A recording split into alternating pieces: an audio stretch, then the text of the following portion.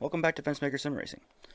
Today we got a different type of video here where I'm going to do like a little bit of a voiceover over some laps that I did, some hot laps, and 3 tracks that I think are really kind of crucial in my development as a sim racer.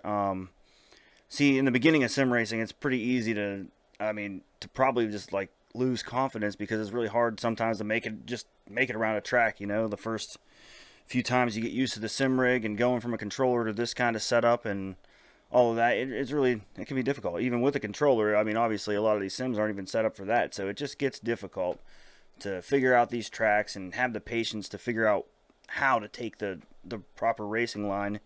Because in the beginning, when you're crashing a lot and you can't even get around it, you give up pretty easily and go for something that is, you know, simple.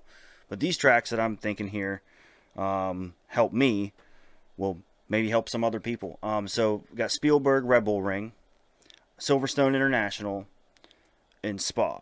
So I like those 3 tracks. I'm going to call them the big 3 S's because those three tracks right there can help a person develop some crucial skills that they need to be able to execute more difficult tracks. Because if you can get these tracks down, like with a combination of the skills you can acquire from doing so, it's a lot easier to go something around like the Nordschleife. And that's something I want to do in a future video, but I personally, it's such a long track, and it's sometimes hard to get a video idea together anyway.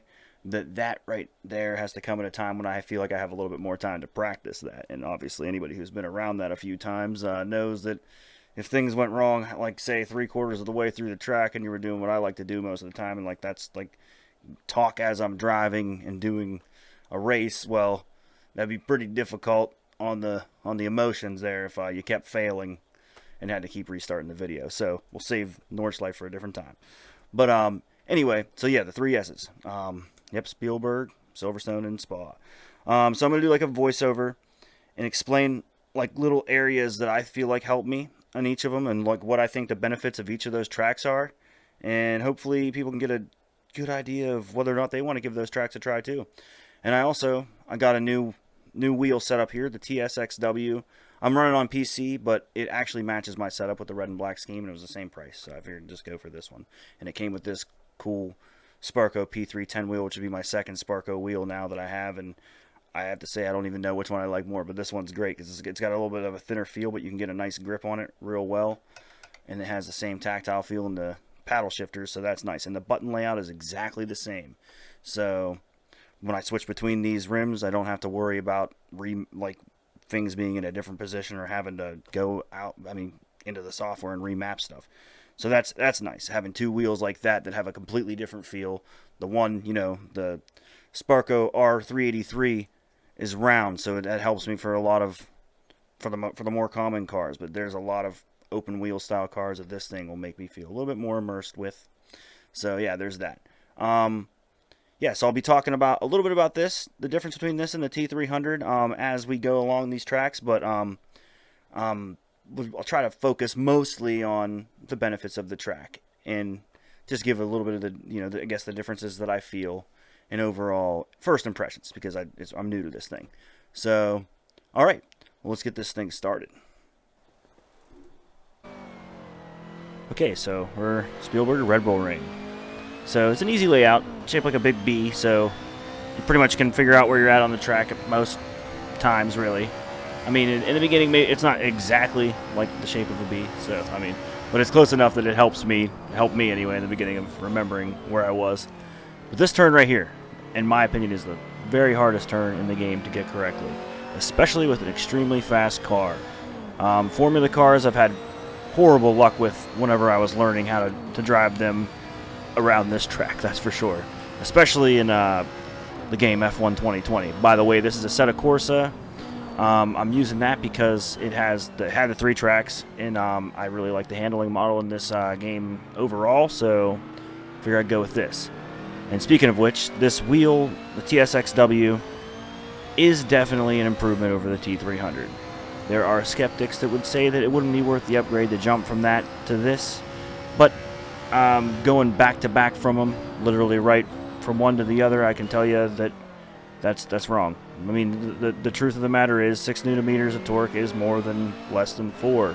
You have to have to put that into perspective. And there's other technologies that went into this. And in fact, the fact that the motor wattage is more, that the external power supply, the cooling system is more efficient. I mean, that right there is enough to throw it right at the much better upgrade, situation. So if you think about it and you want to upgrade your wheel, this is a great wheel to go for. I mean, like I said, I don't want to focus on this, but I definitely think that the overall feeling of it is great. Now, to talk about the rim, this rim is amazing. It's not necessarily meant for what I'm doing with it, but it really, really works well. I feel like I have better grip on this rim than I've ever had on any steering wheel in my entire life, and that is for sure. And this, I mean, it's made to replicate the Sparco P310 rim. I mean, it's an exact replica in size, and it has the suede wrap, and it feels amazing. I mean, every bit as good as the other Sparco wheel I got. In fact, to have two of them is almost like it feels like an honor, even though compared to some of the Fanatec wheels, like some of the Fanatec wheels would cost more than 3 of these wheels. So, I mean, it's definitely worth what they are. And I'm just happy to have it, honestly. I mean, anyway, let's talk more about this track. Now, right here, it gets real fast, and this one is very easy to misjudge, just like you're going to hear me say that a lot, misjudging, because that's really what this is about, is don't misjudge like sharp bends. It's way easier on you and your opponents if you go slow in and then fast out, like you've heard a lot of people say before. You don't want to be trying to brake so late that you're passing somebody with your brakes at almost full lock. You'll never be able to recover from that, and you're going to wreck both of you. And that's the best case scenario. And I mean, if it was a real life situation, that's a way to get yourself killed. You got to treat sim racing like it's closer to real if you want to feel like you're really racing. So I mean, this turn here is amazing, because if you get a good grip around it and you get you get your inertia build up real well and you don't slip, you can really feel that in the force feedback and whatever wheel you're using, and that's just a great turn. And coming through here is fun because you can get quite a bit of speed, but if you get too fast, as you can see, you can't quite tell that this turn is right here and as sudden as it is. Even though you can take this turn at a pretty decent speed, you do have to be careful. And this next one here, this one has got me many times. I mean, I can't even count. When I was learning this track, that was probably the toughest turn I guess that the last part I really needed to get worked out, because I mean, obviously it works in progression. When you're learning something, you're going to learn the first part of the track before you'll ever figure out the last part. That's just how it goes. This first turn was the hardest at first, and then the last turn definitely became one of those things that pissed me off more than probably the first turn did. But I still do stand by that the most dangerous turn on this track is that one, turn 1.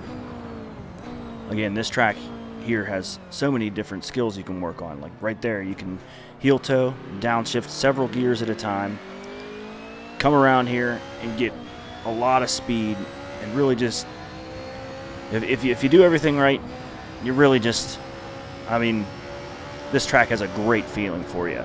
And it's one that you're going to go back to a lot, because once you remember this one, it's very, very easy to remember, even if it's been a long time since you've been on it. And really, it just has, again, just a great feeling for you, and there's a lot to learn from it from beginner to an advanced racer. And I think a lot of people would agree with that, because there's just, I mean, this is a great track to throw a race on and get a bunch of AI on there. I've never really done an online race on it, but I think that I feel like it would be amazing to race with friends on this type of track. It's wide for the most part. There's a few narrow spots, kinda, but like for the most part, there's room. There's a lot of room to pass, and there's a lot of opportunity to work on your skills and get the good feeling of racing. Okay, so we're going to be moving up to Silverstone here in just a second after this lap's complete. All right.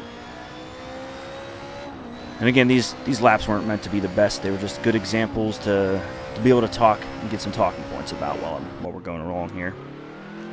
All right, so Silverstone International. This is not the longest version of this track. That would be the Silverstone GP, which is it's an awesome track, but that takes quite a bit to conquer. And this one's a great starting point. There's a lot of like levelish plain, so that right there you have to be careful with, because if you give it too much, it's easier to go off on that than there is if there's even just the slightest bank. It helps a lot. And this track definitely has different like levels of elevation and stuff like that, but that front section there of the track around the pit area, I mean, it's flat enough that it can be misleading. There's a lot of sharp turns like this one that, I mean, not this one here, but this one coming up, and then this one can throw you off quite a bit because you're going to get a little bit of a skid and your wheels will be kind of sliding there if you go too fast like I was there, and that's not ideal for grip, obviously. This track is really just, it's a great one to help you advance because it's the shorter on the list. I think that it would be maybe a good starting point, but I would personally start with Red Bull Ring myself because after you learn that track, this one will be a little bit easier to conquer because it's not, even though its layout doesn't seem to be as complex, it is a little bit harder in my opinion to do this track. Especially right here, like it can be misleading. The first few times you do that, you're probably definitely going to go off right there at that corner. And right here, when you're coming in here, it's pretty easy to go too far and come off to the left here. And of course, that's why that curb was put there, you know, because ideally you kind of want to be on that racing line over there, but you know, it's easy to go off. And right here, I've had plenty of times in the middle of a race, especially when you're being pushed off to the side, where it's really easy to get too much speed and the car just loses its grip and you start slipping. This one's actually really fun in my opinion to do, this turn here, because it's kind of levelish, but you get a good chance to work on your downshifting and perfect that just a little bit.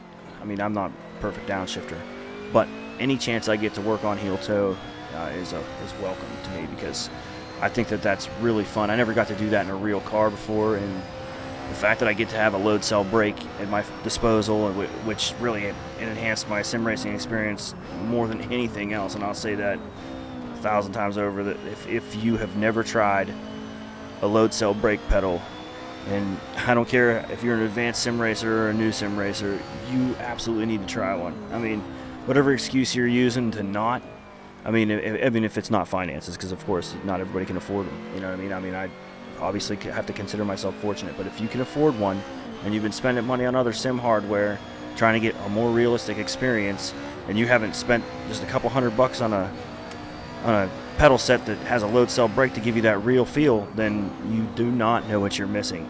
You absolutely do not. It feels real, and I cannot say that enough. The other two pedals don't matter as much, and that's true. You'll hear people say that the clutch and the gas don't matter as much because they're like mostly travel based. The clutch, of course, doesn't have a realistic feel because it doesn't have that kind of almost click and engagement feel that like they do whenever you have a powerful clutch underneath your foot.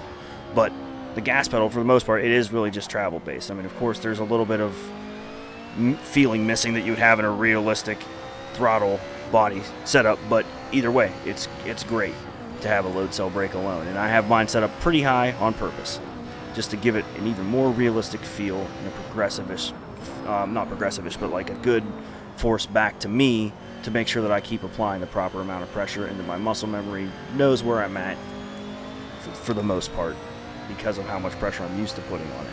And it's great for working on left foot braking. But again, here is a very dangerous part of this track.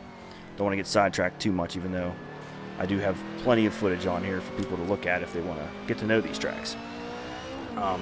Next we'll be going up into Spa here after I finish this lap, and that one, in my opinion, is the most fun on the list, but it's the longest. Alright, so Spa, 7 kilometers, 19 turns, and it's insane.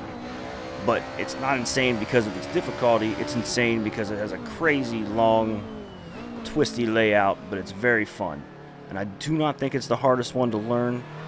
It might have more turns, but it's more open and a lot of long stretches in between some of these turns, so the truth of the matter is I do feel like it's an easier one to get around. But here we go. Like this one right here is very easy to mess up a lot, and many people will. I mean, even if you're an advanced racer, you try a different car around there that's a little bit different than what you're used to, it's pretty easy to go off when you come up around that turn with all that speed. This straightaway right here is really fun. I mean, honestly, whenever you're racing against other cars, this is a great passing zone if you can do it.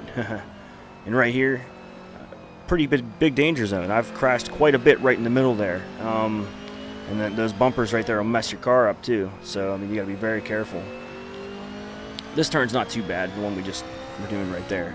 But it comes into this, which can be misleading, is I mean, any track really can have, because you got downhill curve right here where you're trying to hold it, and people do try to pass on there, and it's dangerous. And then you got this turn right here, which you're coming downhill with all that speed, if you can carry it through there, and that can make you skid off to the side pretty easily. Again, it's pretty obvious that when you see like curbs and stuff, that's a pretty common place to slide, you know what I mean, or to slip off, or you know, they put them by the racing line quite a bit because, well, it just helps a little bit to have that little extra ground if you need it. These turns, honestly, I consider these to be some of the most fun turns right here, because you don't carry a whole bunch of speed, but you feel a lot in the force feedback whenever you got a force feedback wheel at your disposal for that stuff. I have never tried this track with a controller. I can say I probably have the other two, but this one I don't even think I would want to. I mean, as fun as this track is, just to see long tracks with a controller, just annoys me to have to go side to side, you know what I mean, tap, tap, tap, instead of actually having a nice smooth curve and a wheel, you know. So basically, this track, again, really open, a lot of really high speed turns, and that's what makes this one fun. You'll come back to this one a lot once you learn it, because it's like thrilling to take like a hypercar or supercars around this stuff, and formula cars, anything. And then this right here, this sort of chicane situation here, is pretty fun to do as well. You got to be very careful because, again, you have a lot of speed coming through there, and if your brakes were really hot or anything, or the weather's bad and you're around other people, that right, even though it seems sort of wide because of that direct, like, harsh right angle turn twice, it's very easy to not have the room you're expecting, you know what I mean, there whenever you're going really fast with traffic, basically. This is a very fun track to hot lap over racing. I honestly haven't done too many races here because I do have to have a lot of practice I got to get out before I'm ready to do too much. But this is a great track to get used to, and honestly, again, this is definitely the most fun track on the list, and this is a great one to feel with force feedback as well, because you got a lot of curves to hold on. There's a lot of road detail. It's just, overall, this is just a great track. I mean, you're gonna hear that a lot. I mean, this is most people's favorite track from what I'm seeing. So if you're wondering what all the hype is about, I don't even know what to tell you, to be honest with you, because it seems like a plain, simple track, but when you're on it and you're experiencing it, it's better than you can honestly get out of most tracks, really. It's not like a roller coaster. I mean, I've said that, I think, before in a video where I was like, it's sort of like a roller coaster. I mean, it's not really like that in the sense that you're like twisting around that much, but the truth is, if you get like a good grip and you maintain good grip around all these turns, it is a great feeling on the force feedback to constantly just have that pull. Yeah, and these turns right here, I noticed that the AI in this game seemed to slow down quite a bit here, and this is the first time I noticed myself like being able to get past the competition like easier in this zone, sort of, because they slow down right here for some weird reason in this game. I don't know what it is. But I find this series of turns like really fun, honestly, because there's a little tiny bit of distance between them, but just enough to build up some good speed before this really, really, really fast part. And if there's any part of this track that's misleading, it's not here, but after this turn here, you can go super fast through here. And even though this turn looks like it's nice and wide, it is very easy to make a mistake here and go off into that wall. So if you're mindful of it, you can ease off and maintain your grip. And again, coming back up into here, if there's traffic, be very careful not to get it too tight, because it's easy to get pushed off or to accidentally bump into somebody and push them off or mess up yourself or somebody else. But I mean, that's it for that.